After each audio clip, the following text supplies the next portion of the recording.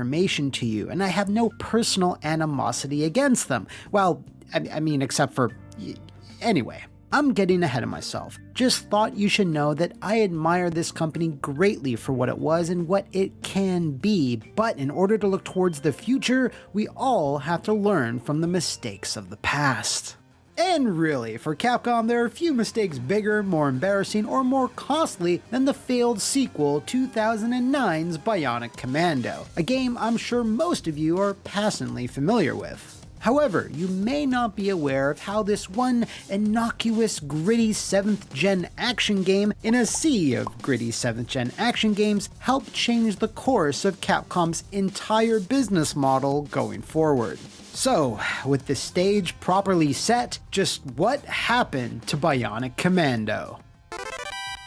It's 1987 and Capcom has just released Top Secret in Japanese arcades and localized the game as Bionic Commando for the West. Unfortunately, the subsequent 1988 NES/Famicom ports failed to see sales numbers like Mega Man or Ghosts and Goblins.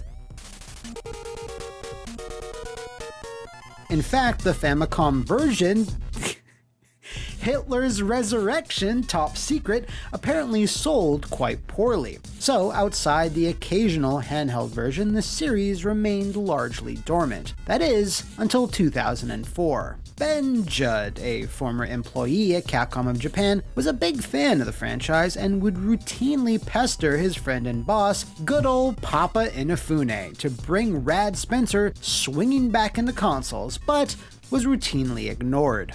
Judd then put together a written pitch and presentation to convince the other higher-ups within Capcom, and again was soundly rejected. Eventually though, with Inafune being worn down from months of campaigning, he finally greenlit a new game for the PSP, which is planned to be done in the same style as other PSP revivals like Maverick Hunter X or Ultimate Ghosts and Goblins, all of which were made internally at Capcom with small teams. Work hadn't been going on for long though, because in mid-2005, Inafune decided that the game would be better suited for next-generation consoles, the Xbox 360 and PS3. Problem was that Capcom themselves were already pretty busy with the likes of Lost Planet, Dead Rising, and others, so Inafune decided they needed outside help to get Mr. Spencer back into the swing of things. I'm going to be saying swing a lot here, people, so just get used to it. To make such a relationship work, Capcom in Japan would supervise and produce, getting the final say on everything. It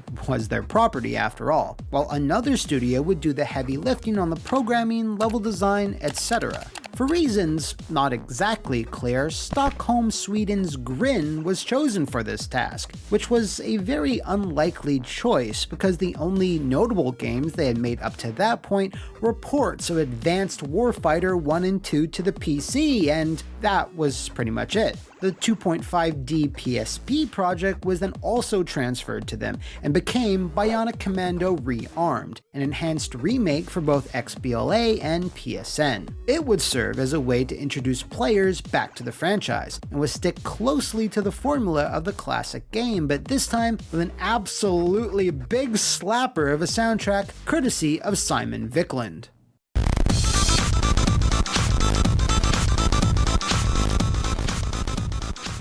Rearmed released first in August of 2008 and was met with stellar reviews, positive fan reaction, and healthy sales, but the reception of its big HD console brother, simply named Bionic Commando, was decidedly less stellar. Criticism was lobbied against the game's grittier art style, attitude, and character design, dropping the cheesy but charming G.I. Joe style trappings of the franchise. To be fair to Capcom and Grin though, pretty much every publisher was putting out a game like this because it was the style at the time.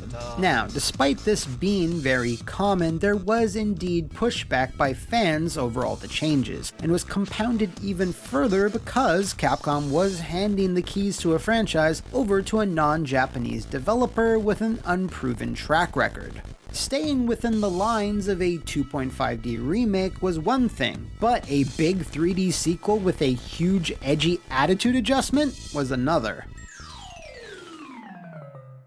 Now, I'm going to be honest, not a lot is known about what happened behind closed doors during the game's development, but what we do know is that it was rough. Rearmed went well, but there was no reason to believe it wouldn't. But for the console's sequel, comments from Inafune painted a picture of a developer and publisher not being able to agree on a variety of things, with one of those things being perhaps its tone and story. At the beginning, things were very good between the two companies. Things get kind of weird from the middle, and it gets really bad at the end, especially for the Japanese side. What Inafune meant by this, I assume, is that after enough arguing, Capcom threw up their hands, stopped trying to manage the project, and simply just wanted to get the game out the door. Inafune also took time